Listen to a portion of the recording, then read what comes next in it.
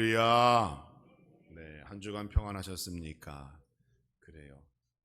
날씨가 뜨겁고 또 새벽마다 비가 잠시 오락가락하지만 얼마나 습합니까? 그럼에도 우리 하나님께서 여러분에게 건강 주시고 또 기도할 수 있는 힘과 용기를 주심으로 이렇게 복된 인생을 살게 하시니 얼마나 감사합니까? 그렇지요? 예, 불평하지 않고 우리는 더워 죽겠다 이렇게 얘기하는 게 아니라 더워 죽게 있다 이렇게 얘기하는 모든 걸 주님께 맡기는 그러한 한 주간 또한 살아가기를 주님의 이름으로 축복합니다. 우리 옆에 계신 분들 앞뒤로 한번 또한 인사할 때에 하나님의 강한 손에 축복이 임하는 하루가 됩시다. 이처럼 인사해 보겠습니다. 시작. 아멘. 구약 성경을 보면 수많은 구원에 관련된 사건과 또 거기에 연관된 인물들의 이야기가 등장합니다. 그 가운데 하나님 구원의 축복에 관해서 모세만큼 중요한 위치를 차지하는 사람이 없는 것이죠. 그는 예수 그리스도를 통한 구원의 모형이 되었고 하나님의 변하지 않은 계명을 받은 사람이며 동시에 이스라엘 민족을 약속된 하나님의 땅, 거룩한 가나안 땅으로 인도한 위대한 지도자로 성경은 그를 표현하고 있습니다. 사실 구약의 역사 속에서 하나님의 축복의 역사를 우리가 생각해 보면 이 출애굽 사건부터 그 역사가 시작되어지기 때문에 그 출애굽 사건에 중심되어지는 그 모세, 특별히 하나님과 모세와의 그 관계, 그 만남, 그 교제를 통하여 우리가 오늘날 더 큰 위로와 평안을 얻을 수 있다는 것이죠. 무엇보다 여러분 모세의 삶을 기억해 보세요. 구약 성경 그 어디에도 그처럼 오랫동안 하나님과 대화하고 교제하고 하나님을 가까이에서 경험한 사람은 없습니다. 그러니까 우리가 모세를 본받기만 해도 우리도 하나님과 깊은 교제를 나눌 수 있고 하나님으로부터 가까이 가 만남으로 축복받고 은혜 받을 수 있는 길이 열릴 수 있다라는 기대를 가질 수 있는 것이죠. 오늘날 우리가 모세를 통하여 본받아야 할 것 크게 두 가지로 나누어 보았습니다. 첫째는 우리는 모세를 통하여 하나님을 가까이 하는 방법과 더 깊고 심오한 영성을 모세를 통하여 배울 수 있습니다. 모세만큼 하나님을 가까이 만난 자가 없어요. 성경을 보니까 하나님을 본 자가 없다 말합니다. 죄인인 인간이 거룩하신 하나님을 보면 죽음을 맞이하는 거죠. 그런데 모세는 시내산에서부터 하나님 부르시고 응답하셨고 40년 광야 생활 그때 하나님께 기도할 때에 그 하나님과의 만남을 보면 참 하나님과 깊게 교제하였구나, 하나님을 만났구나, 우리가 본받을 수 있는 거예요. 또 하나 본받을 수 있는 것이 무엇인가 하면 하나님의 축복은 무엇으로부터 시작되어지고 어떻게 완성되어져 가는지 그 모세의 삶과 그가 한 행동을 보면 알 수가 있어요. 가나안 땅의 축복은 영과 육 모두를 만족해 하는 축복이기 때문에 출애굽 과정에서부터 가나안 땅 가기까지의 그 가데스 바네아라고 하는 광야 40년의 삶, 그 중심에 있는 모세를 통하여 우리는 축복의 비결을 또한 배울 수 있다는 것이죠. 모세에 대하여 다시 한번 조금 더 이야기해 보면 이렇습니다. 그의 삶은 120년의 삶을 살았어요. 120년. 그런데 그의 삶을 40년씩 세 부분으로 나누어 볼 수가 있죠. 처음 40년은 나일강에 버려진 모세가 애굽의 왕궁에서 왕의 자녀와 같이 교육받고 훈련받았던 기간으로 볼 수가 있죠. 당대 최고의 문물, 학문을 그곳에서 배웠어요. 사도행전 7장 22절을 보면 스데반이 뭐라고 고백하는가 하면 모세가 애굽 사람의 모든 지혜를 배워 그의 말과 하는 일들이 능하더라, 이렇게 스데반 선지자가 고백했어요. 그러니까 자신의 동포 앞에서 스데반이 모세에 대하여 설명을 그렇게 했다는 것을 보면 당시의 유대인들의 사고방식 속에서 모세는 어떠한 인물이에요? 위대할 뿐만이 아니라 지혜가 있고 지식이 있고 그리고 역사에 남을 만한 그런 인물로 평가받고 있다. 그런데 그 배경이 바로 40년의 왕궁 생활에서 그 토대가 이루어졌다, 이렇게 엿볼 수 있는 거죠. 그 다음 40년은 미디안 광야에서 이루어졌습니다. 여러분 아시겠지만 모세가 유대인과 유대인이 서로 다투는 것을 보고 왜 같은 민족끼리 싸웁니까? 중재를 나설 때 그때 한 유대인이 얘기했죠. 야, 저 사람이 지난번에 유대인과 애굽 사람이 싸울 때 애굽 사람을 돌로 쳐 죽이더니 이제는 우리도 죽이려 하는가, 이렇게 얘기하면서 자기의 과거가 세상에 드러나자 왕궁에서 어디로 도망가요? 미디안 광야로 도망갑니다. 그리고 거기서 40년을 생활해요. 망명 생활을 하고 도망자의 삶을 사는 것이죠. 그런데 하나님께서는 그 미디안 광야에서 그가 목자로서의 삶을 살며 훈련하고 연단시키셨어요. 왕자의 그 화려한 인생에서 더럽고 힘들고 피곤한 그 목자의 삶, 짐승들과 함께 섞여 살면서 그에게 40년 동안 그 목자의 마음을 가르치신 거예요. 그래서 앞에 40년, 미디안 광야의 40년, 80년 시간 동안 그가 준비되어지는 겁니다. 나머지 40년의 세월은 어디서 이루어지는 거예요? 이스라엘 백성을 출애굽시켜서 가데스 바네아라고 하는 넓은 광야 40년의 세월 동안 또 그들을 이끌고 다니며 그들을 말씀으로 훈련시키고 그들에게 하나님의 말씀을 전하고 그동안 자기가 배웠던 학식과 학문과 지혜와 지식과 목자의 마음으로 이스라엘 백성을 다스리고 이끌고 가나안 땅 그 앞까지 인도하는 삶, 그 40년을 그가 살았던 것입니다. 여러분, 우리가 모세에 대하여 아주 자세히 알지 못해도 이 120년, 40년의 시간만 대충 들어도 어떤 느낌이 드세요? 야, 하나님이 그를 정말로 쓰시고자 훈련시키셨고 연단시키셨고 120년이라고 하는 시간 동안 그와 함께 하셨구나 엿볼 수 있잖아요. 나일강 위에 버려질 때도, 왕궁에서 외롭게 성장할 때도, 미디안 광야에서 도망자로 혼자 외롭고 슬프고 절망 가운데 있을 때, 바로의 왕 앞에서, 홍해 앞에서 광야 40년 세월 동안 하나님이 모세와 함께 하셨다는 겁니다. 이 정도면 모세야 얼마나 큰 복을 받았고 그 복이 얼마나 대단했는가 우리가 엿볼 수 있는 것이죠. 사랑하는 성도 여러분, 모세와 같이 평생을 하나님과 동행하시고 하나님으로부터 은혜와 사랑을 받으시며 나에게 주신 직분과 사명도 끝까지 감당할 수 있는 힘과 용기와 능력과 지혜와 지식을 받는 우리 모든 성도 되기를 주님의 이름으로 축복합니다. 기도하실 때에 하나님, 모세와 같은 사람 되게 해주세요.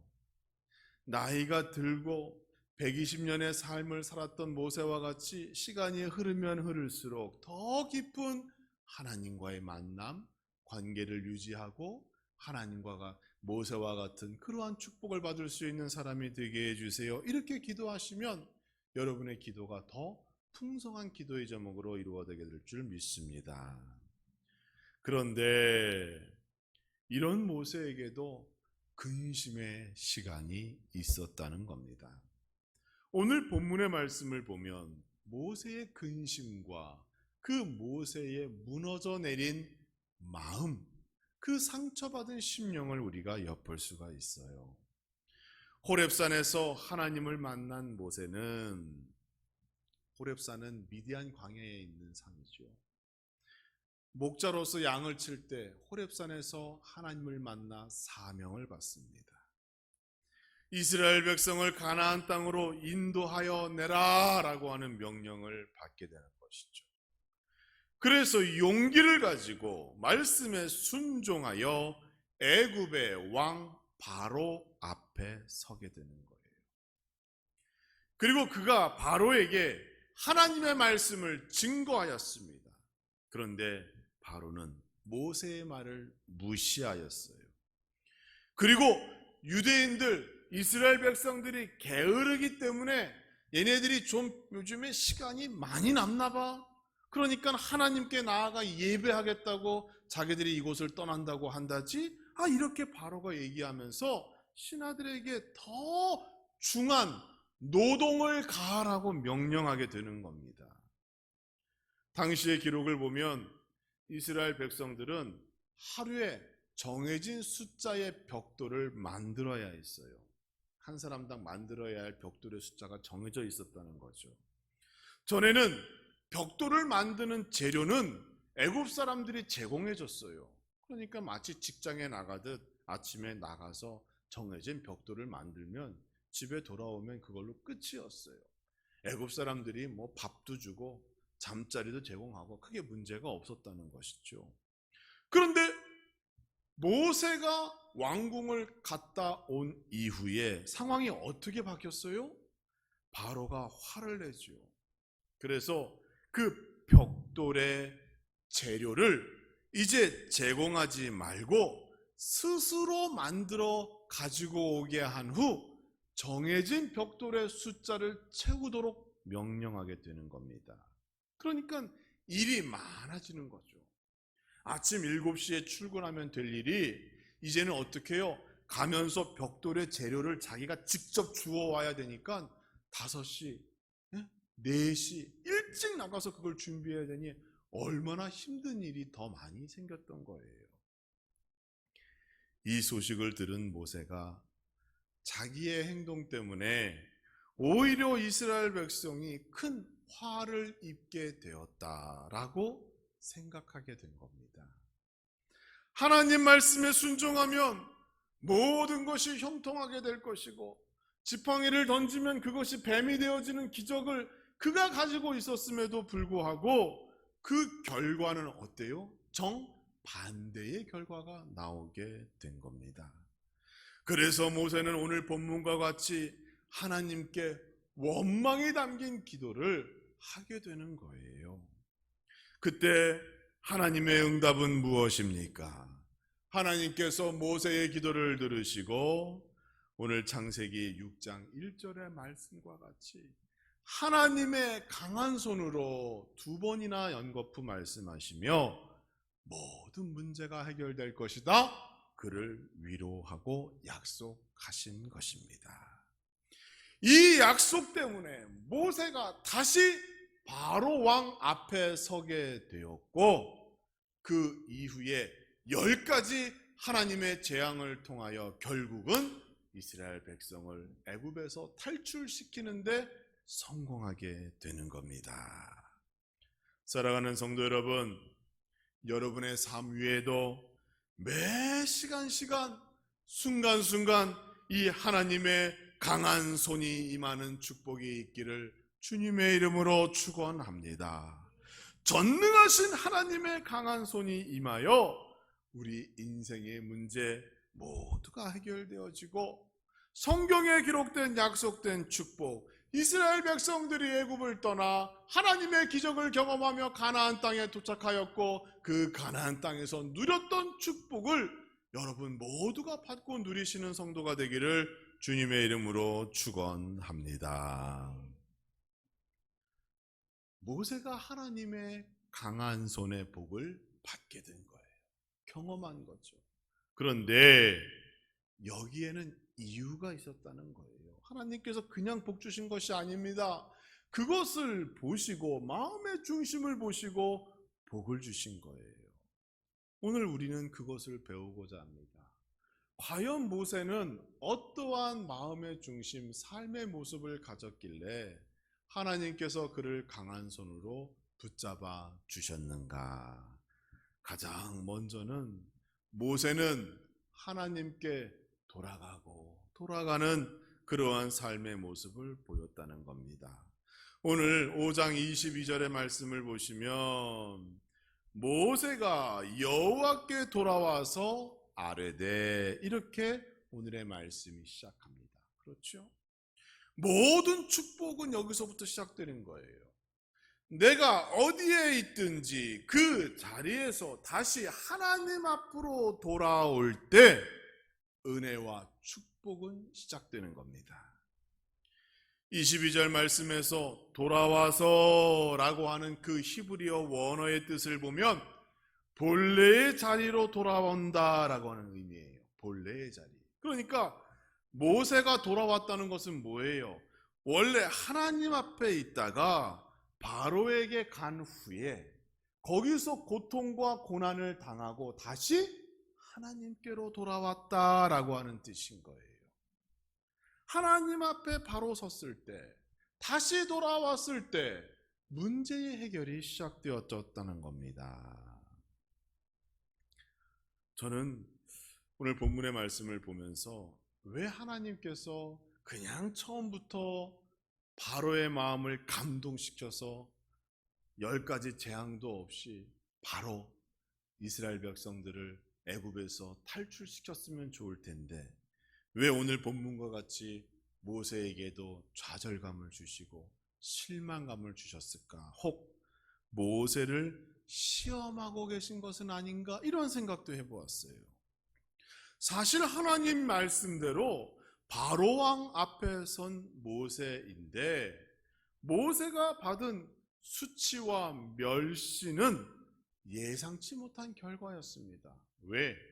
지팡이를 던지면 그것이 뱀이 되어져요.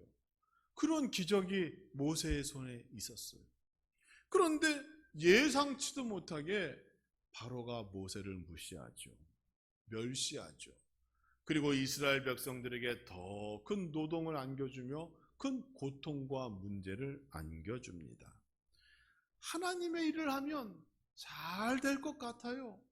그런데 그렇지 않은 일도 생길 수 있다는 것 우리에게 말씀하고 있습니다.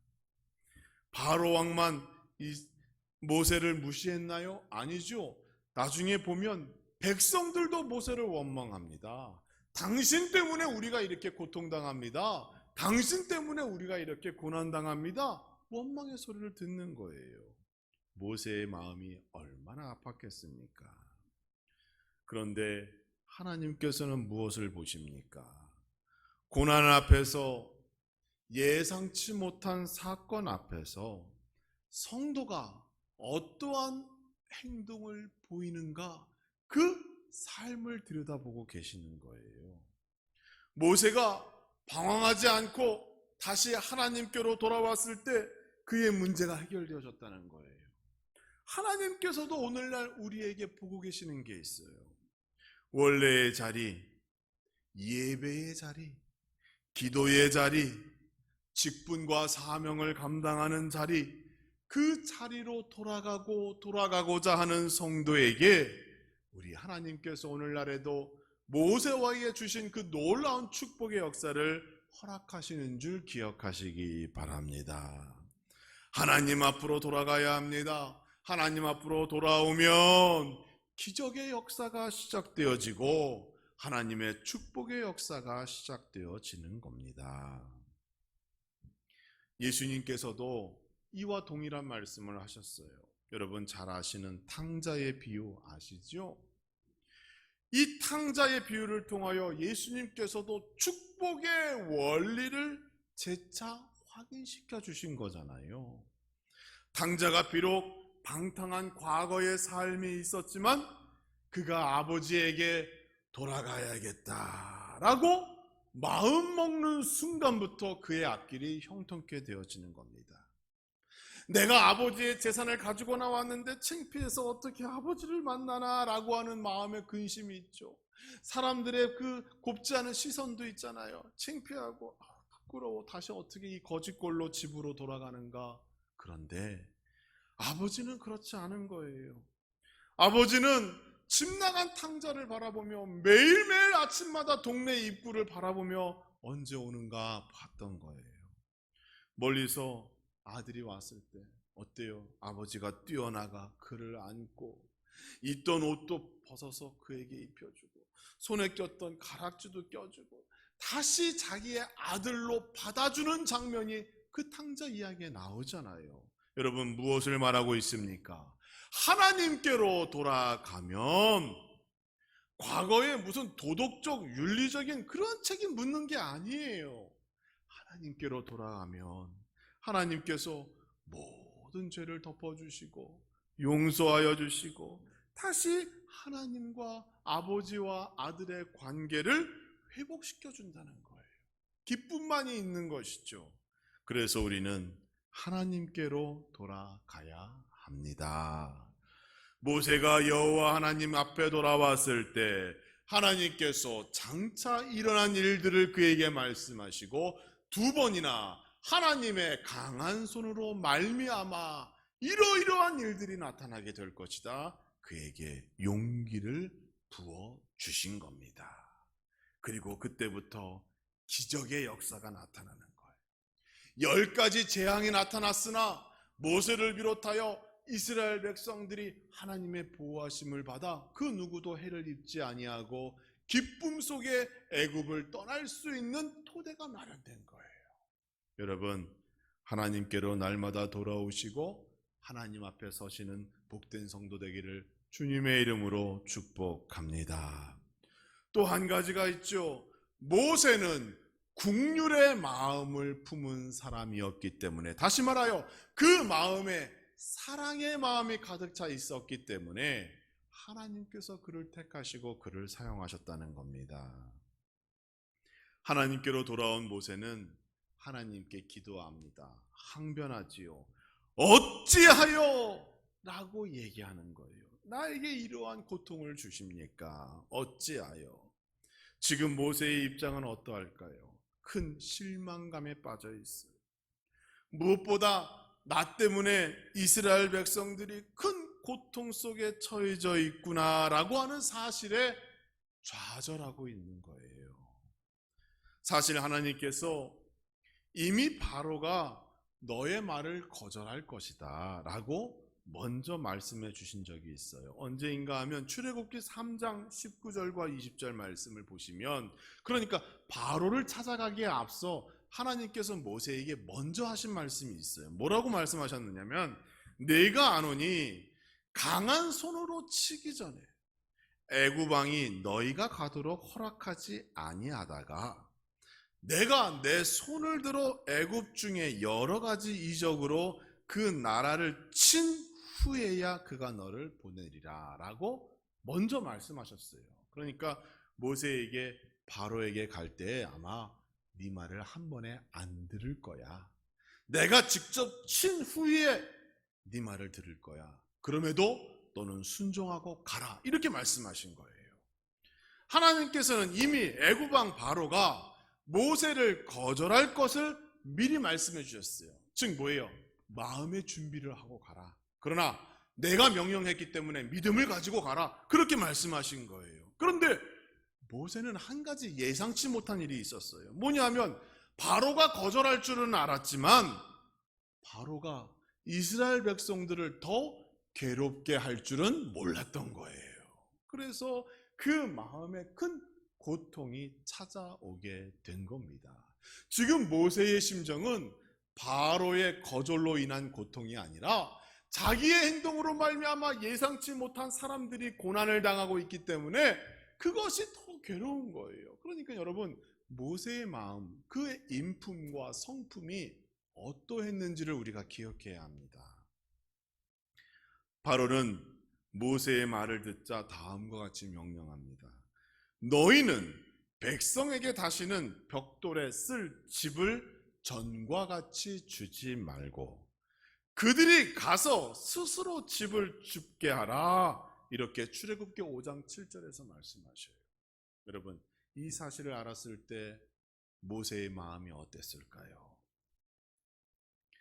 제가 유년 시절에 저희 둘째 큰아버지께서 벽돌 공장을 운영하셨어요. 벽돌 공장. 여러분, 벽돌 찍어 보셨어요? 저는 직접 찍어 보지는 않았지만 항상 그 공장에 가서 쪼그리고 앉아서 그 벽돌 찍는 것을 구경하고 그랬어요.